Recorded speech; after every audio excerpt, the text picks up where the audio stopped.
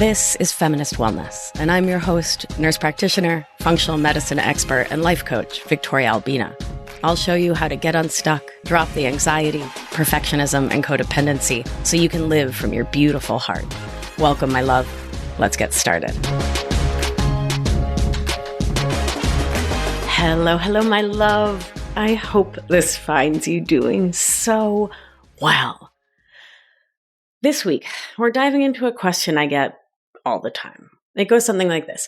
So I want to stop emotional outsourcing. I don't like living in these codependent, perfectionist, and people-pleasing habits. It sucks. It really is exhausting. It's not a fulfilling, engaging way to live. I want to live differently, and I don't want to be a jerk, a schmuck, a meanie pants who doesn't take care of the people I love because I love them.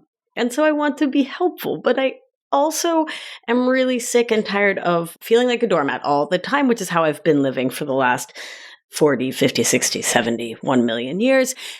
And so I want to join Anchored and I want to do that work, but I also don't want to stop being loving to my people because I do actually get joy and satisfaction from being of service and supporting people. So help. Does this sound familiar? This fear of being a jerk, of abandoning the ones we care for if we don't constantly show up, is what gets so many of us stuck in people-pleasing and codependent patterns. We are wired, especially as humans socialized as women and girls, to care for others. Add to that the societal conditioning, patriarchy, white settler colonialism, good old capitalism, and beyond the honor thine mother and father, the kind of everyone who comes into your path is someone you could self-abandon for story that so many of us get taught growing up. And suddenly, our worth gets measured not by who we are as a human, as a person, as a being, but by how well we meet the wants and needs of everyone around us. But here's the truth. You can be loving, caring, generous, giving, kind, without falling into the trap of emotional outsourcing. You can be considerate without abandoning yourself or crossing that invisible line into codependency where your sense of self-worth is hooked into someone else's emotions, someone else's thoughts and feelings about you. Now, one of the key signs that you're engaging in emotional outsourcing and not just giving because you wanna is that it hurts. You said yes to doing the thing. Right? To supporting them, helping them move, letting them live with you, cleaning their bathroom, whatever. And it hurts, it bothers, it annoys, it irritates you. You said, yes, you can stay here, but you need to move your car when I need to use the driveway, and they didn't move it. But you kind of knew they weren't going to because they've never been considerate, but you said yes anyway because you didn't want them to think poorly of you, even though they clearly never really consider you, and you are irritated, annoyed, exhausted. If it feels like you're stretched too thin, if there's a nagging sense of resentment bubbling up inside you, even if it's subtle, because I often hear this, yeah, but you describe this big annoyance. It's just kind of small, even if it's subtle. If you feel like you're being taken advantage of or being taken for granted, or that your experience, your life, your wants, your needs, you don't matter in the equation as long as this other person's getting their way. And it's probably emotional outsourcing that led you to say yes. Because when you're doing something from a place of genuine care, there's no emotional wrinkling. You might be tired or a little inconvenienced because you spent the whole day helping your friend move, but there's no bitterness, no resentment attached to it. When you pause and you look at how you spent the day, it feels aligned with your values, your boundaries.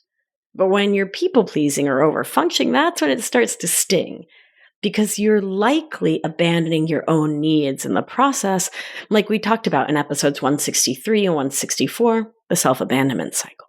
So my beauties, let's dig into it. First, as always, nerd alert. I love a good old nerd alert. Let's talk about the nervous system and what happens when you get that tug to people-please. So when you feel the urge to fix, manage, or rescue someone else's emotions, their life, their experience, especially from their own misplanning, that's not a word, but we'll roll with it anyway. That urge that I gotta step in here is often your sympathetic nervous system firing off, your body's stress response getting triggered. Your brain perceives someone else's discomfort or disappointment as a threat to your safety. So your nervous system reacts the way it's supposed to, by jumping into action, fixing, appeasing, smoothing things over, putting you last, and their big feels first. It's fight or flight, my darlings, just in a socially acceptable form as opposed to like punching someone in the snout, running away from their feelings like in a literal sense, or throwing a plate. Your body doesn't know the difference between an actual physical danger like a lion chasing you and the social dangers of rejection, disappointment, conflict. So it sends the same signals. Do whatever you can to keep the peace. Make sure they're okay. Make sure they like you, approve of you, think well of you. So you start over-functioning, offering solutions or taking on responsibilities that aren't yours because your nervous system is screaming, fix this or something bad will happen. Psychologically, this is where codependent thinking sneaks in. Your brain starts telling you that it's your job to manage other people's emotions, that you need to keep everyone happy or else you'll lose connection, love, or approval. This is emotional outsourcing in action, my beauty. Do you see it? You're giving other people control over your emotional well-being, believing that if they're okay, you'll be okay. And as always, let's not forget the intersectional feminist piece here. Patriarchy trains women and folks from marginalized identities to take up as little space as humanly possible, to always prioritize the comfort of others over their own needs. And for many, the weight of this condition is doubled if you've grown up in communities where there are additional layers of expectations. Whether it's as a woman of color, a queer person, someone living under the pressures of a capitalist system that tells you your value comes from how much you give, or you have to work doubly to protect yourself in the face of oppressive systems. This is all important. The family origin, the story in our mind, the nervous system, the societal piece, because your nervous system, my perfect beauty, does not exist in a vacuum. It's shaped by the societal pressures you've internalized over time. You might feel a compulsion to caretake or please others, not just because of your biology, but because of the social scripts you've learned about how you're supposed to behave, how you're supposed to shrink your needs to serve others. Let's look at a couple examples to help bring this home. So we'll start with the classic work scenario. Imagine you're at work, and a colleague asks if you can stay late to help finish a project. Being considerate, loving, kind might mean checking in with yourself first. Do you have the bandwidth for this? Maybe you decide, yeah, I can spare 30 minutes, and offer to help out of genuine goodwill, and you are clear about your limits and are doing it because the wellness of the team, the company, the project, it all matters and you want to contribute. Cool, chill, go team, go. Meanwhile, if you're operating from people-pleasing, the inner dialogue might be more like, if I don't help, they'll think I'm not a team player. They won't respect me, or worse, they won't like me. Even though you're exhausted and all you've been thinking about all day, all week, all month, all quarter is going home and getting in the Epsom bath, and you say yes. This is emotional outsourcing. You're letting their potential feelings dictate your choices, abandoning your own boundaries in the process. This takes us into the psychological spiral. You resent the situation and your colleague, maybe the team, maybe the concept of the project as a whole, which you loved like 10 minutes ago. But what it really is that deep down, you're mad at yourself for not honoring your needs and you're projecting that onto everyone and everything around you. Your fear of being judged overrode your ability to be kind to yourself. And as I go through these examples, particularly for folks who are new around here, they are never blaming, shaming, guilting, judging us for having emotional outsourcing habits. This is always within the context of our family blueprint and these bigger systems that led us to think, feel, and act this way as really powerful survival skills, never the judges. Okay, example 2, a family event. So let's talk family. Maybe your cousin asks you to help plan their wedding, or it's Thanksgiving and your family members don't want to help you cook. You don't really want to take on all the work. You're already juggling a lot. But here's the thing. Family guilt is real, right? And it's so ingrained and it's so old and we know so many stories. They live inside us rent free that we're supposed to put family above ourselves. Whew, it's a lot, right? And so the people-pleasing stories in your head might sound like, ugh, they'll be so disappointed if I say no. Maybe they'll stop inviting me to things. I'll look selfish. All my aunties will judge me.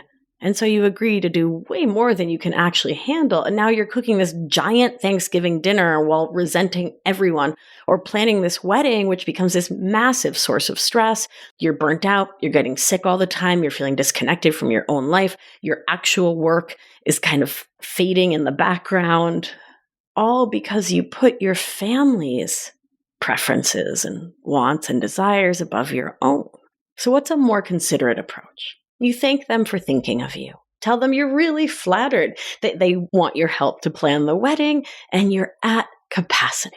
Or in the Thanksgiving example, you set a boundary. I am delighted to spend time together. I don't have the bandwidth to cook the entire meal. If you're not available to help, then I'd like to suggest we go out to eat instead.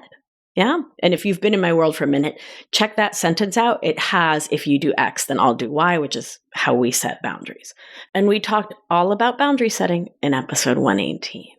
So this way, by being clear about your capacity, what you're up for, what you're not, and offering alternatives, you're actually being way more considerate because you're considering you and them. You're still being supportive, and you're doing it from a place of choicefulness, not obligation, avoiding that creeping resentment that comes from overextending. And remember, if I've said it once, I've said it 1,000 times. Boundaries are resentment prevention, and not saying yes from obligation, expectation, emotional outsourcing, and instead saying a kind, considerate no thank you is a beautiful way to protect not just our wellness, our peace, but that of the people we love. Because then you're not mad at them on the back end, which is not exactly kind, right? It's not exactly considerate. So my love, let's talk about that moment where you could choose to be considerate or step into your emotional outsourcing habits. And let's tie it all back to our nervous system, my nerds. When we're stuck in sympathetic arousal, the part of the nervous system that's like, oh no, this situation is dangerous, we become hypervigilant about how others perceive us. Codependent and people-pleasing thinking are classic signs of a fight-flight response being activated. We might not be running away from a tiger, but emotionally we feel unsafe, so we start managing and controlling how others see us to attempt to avoid rejection or conflict. We don't just fall into people-pleasing or codependent thinking by accident. So often, we've been taught that our worth and value are tied to how useful we are to others. And if we're not being useful, that's cause for sympathetic activation all on its own. It's dangerous, right? And so this habit goes beyond being considerate. It becomes about making ourselves responsible for everyone's well-being. The rescuer, the fixer, the one that saves people from their own lives. As though it's the only way we can prove our own value, not realizing how pejorative, patronizing, and paternalistic we're being to the others who we think it's incumbent on us to rescue. We make caring for others both our obligation and our identity. If we aren't the ones holding everything together, well, the world's just going to collapse. And if we aren't the ones holding everything together, then we fear we have no worth at all. Two sides to that coin, huh? This thought pattern creates an endless loop where we continually seek out situations where we can feel needed, helpful, indispensable. Not just because we're genuinely trying to help, because I believe that's in there, right? Like we like to give, we like to help. And deep down, we believe that being everything to everyone is the only way to feel valuable. When caring for others becomes your identity, you don't just step in to offer support from a place of love. You actively create opportunities to feel useful so that you can affirm your worth. It's not about showing up for someone from a place of care. It's about proving to yourself that you matter by over-functioning in the lives of others, even if that means inserting yourself into their lives in places and ways they never asked for and often don't even want. This goes beyond simple kindness or consideration. It becomes a way to shield yourself from your internal feelings of inadequacy. And often the situations we end up in are not about genuine care at all. They're about feeding a deeper belief that we are only worthy when we're giving. It becomes less about others and more about keeping that fragile sense of self afloat. Let's say you're that friend who's always juggling everyone else's plans, taking on tasks for others even when your plate is beyond full. You say yes to driving your friend to the airport, then helping your colleague with their presentation after hours and cooking dinner for your family all in the same week. You're stressed, overwhelmed, and maybe even resentful, haven't made it to the gym in weeks, even though you know cardio is your savior. Deep down, without even realizing it, you keep doing it because without being the helpful one, the one people can count on, you feel lost. You don't even really know who you are. The thought of being seen as anything but the go-to person feels too uncomfortable, so you keep stacking your schedule using these tasks as proof of your worth. Now let's look at the workplace. You might be the person who volunteers to clean up everyone else's messes, stepping into roles that aren't even yours to begin with.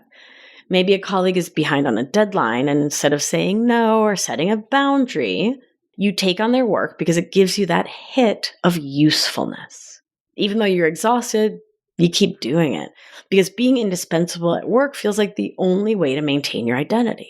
And every time you take on extra work, you think, if I don't do this, who am I? But like subconsciously. I don't think that's ever like an active thought in someone's mind. It's kind of more like, well, more to do. It becomes so rote, we don't even pause. So, finally, let's look at the family dynamic. You might be the one who steps in to care for everyone. Your parents, your siblings, your extended family, your grown children. Maybe your parents ask for help with something minor. And then you find yourself offering to take over, managing their doctor's appointments, finance, home repairs. You take on everything, not because they need it, but because being the family caretaker feels like your role. Remember, in codependent family systems, role confusion reigns supreme. I'll do a whole show on that. So my angel, you believe that if you're not doing everything, if you're not constantly proving your usefulness before anyone doubts it, you'll lose your place in the family hierarchy, or worse, your sense of self. So you keep giving and over-functioning even when you're completely exhausted because you've tied your identity to being the one everyone relies on. That's where the over-functioning kicks in. It's a pattern designed to calm the nervous system by avoiding any potential harm, like the harm of someone being disappointed in us or, heaven forbid, not liking us. But in reality, it ends up harming us. We abandon ourselves, stretching beyond our limits and betraying our own needs in the name of keeping others happy. And over time, it leaves us exhausted and disconnected. But let's get real about something here.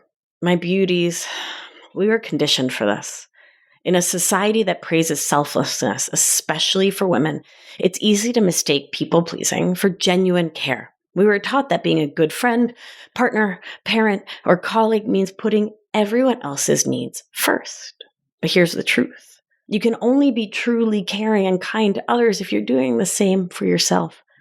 If your care for others is constantly fueled by fear of what they'll think, it's not really about them. It's about you trying to manage your discomfort around them potentially having uncomfortable feelings. Quite the custer-class, huh? Seriously. So let's look at another example. You're hosting a dinner party. Half the people are late, someone else cancels last minute, and the dishes haven't turned out as planned. Now, if you're coming from a grounded, considerate place, you can laugh it off and still enjoy the evening. I mean, who cares? You're present, rolling with the punches, understanding that things won't always be perfect. You could even order takeout. A dinner party's not about you proving that you're actually Julia Child reincarnated. It's about spending time with the people you love. Meanwhile, if you're stuck in people-pleasing habits, the internal panic sets in. You start over-functioning, trying to make everything just right to ensure everyone's having a good time. You might even stop enjoying the party because you're so focused on how everyone else feels.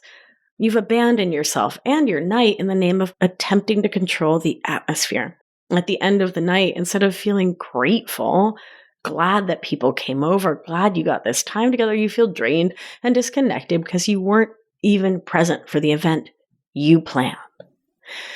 Now I'll invite you to think about a time that you went out of your way to get the most perfect birthday gift for a friend or family member. Now we're not talking just any old gift, something thoughtful, time-consuming, maybe even expensive. But here's the twist.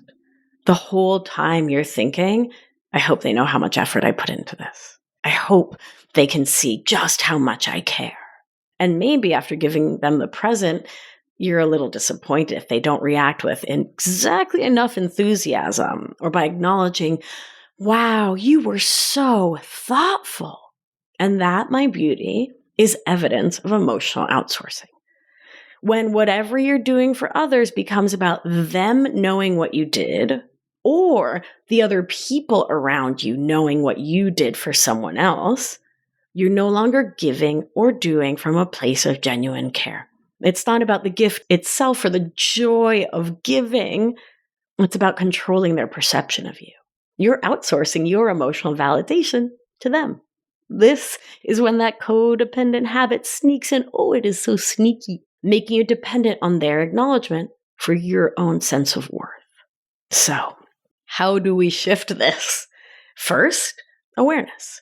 Notice when you feel that twinge of anxiety, that pressure to say yes or fix someone else's feelings, when you find yourself going out of your way to keep others comfortable, keep them company, keep them happy, keep them from having challenging emotions, challenging situations, or dealing with their own life to your own detriment.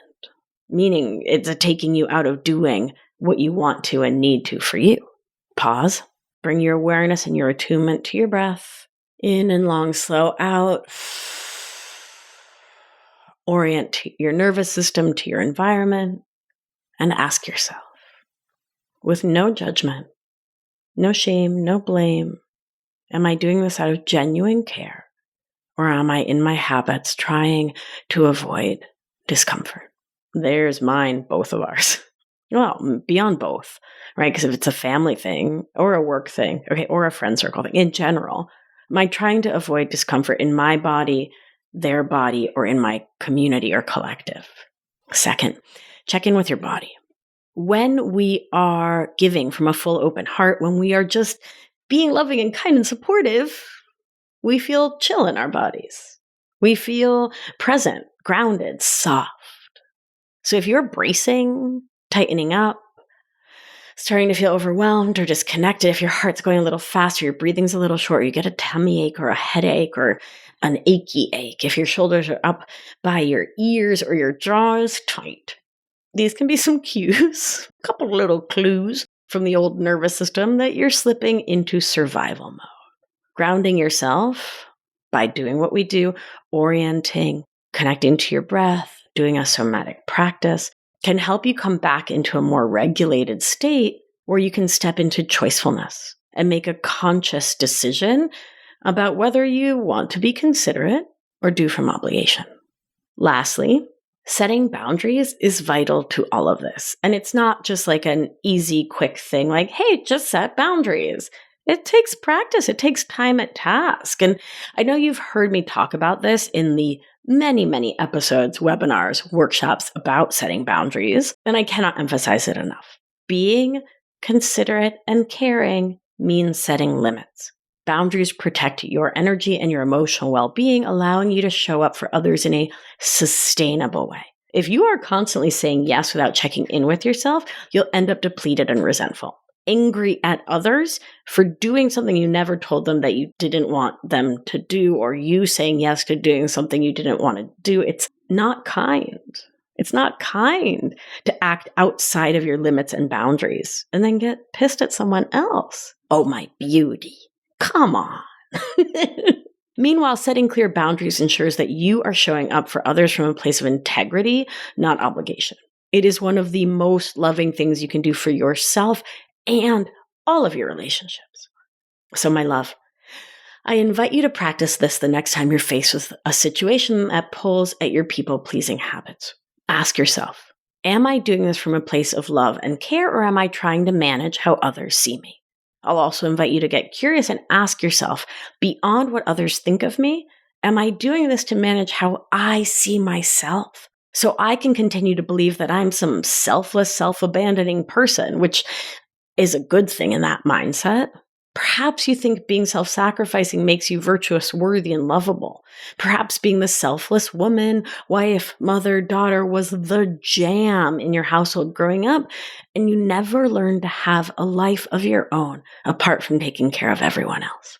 My sweet, tender ravioli, if that's the case, does this behavior signal that you don't believe you are worthy or lovable just because you exist? Said otherwise, do you believe that you are worthy or lovable just because you exist? Because if you don't, that's a great place to start, right? Working on that belief can change so much in your life. Because when we believe that we are worthy and lovable just because we exist, then we stop tap dancing for our lovability, which is one of the most painful things we do in emotional outsourcing. From there, you can start to ask questions like, what would it be like to let others manage their own lives, clean their own proverbial bedrooms, and to create a life of your own to live? What would that be like? And what would be possible if you were actually living for you and not just in service of everyone around you? What if you didn't collect people and situations like stray cats on the side of the road to care for, situations to manage, just to fill the loneliness and the void within? What if you actually focused on you and building a life you love and want to live? My beauty, I think that could be pretty darn amazing. So your homework is to sit with these questions and to notice what arises. What are you taking on that's not yours? Why are you doing it? Can you identify where in your life you tie your worth to giving, fixing, self-abandoning, and the story about your identity you're creating through those actions? How would it feel to be deeply connected to your own inherent worth and lovability, independent of what you do for others? What could it be like to step into true interdependence with others and to support one another without all the old baggage, obligation, and expectations? What would it be like for you to choose you? The more you ask, the easier it becomes to choose consideration over codependency and to remember that a life you love can be just around the corner. Thanks for tuning in, my loves. I am so grateful to be sharing these ponderings, these thoughts, this work with you. I'm so grateful you tune in each and every week. Thank you for listening. Let's do what we do. Gentle hand on your heart should you feel so moved. And remember, you are safe. You are held. You are loved. And when one of us heals, we help heal the world. Be well, my beauty. I'll talk to you soon. Thank you for listening to this episode of Feminist Wellness. If you want to learn more all about somatics, what the heck that word means and why it matters for your life, head on over to victoriaalbina.com/somatics webinar for a free webinar all about it. Have a beautiful day, my darling, and I'll see you next week. Ciao!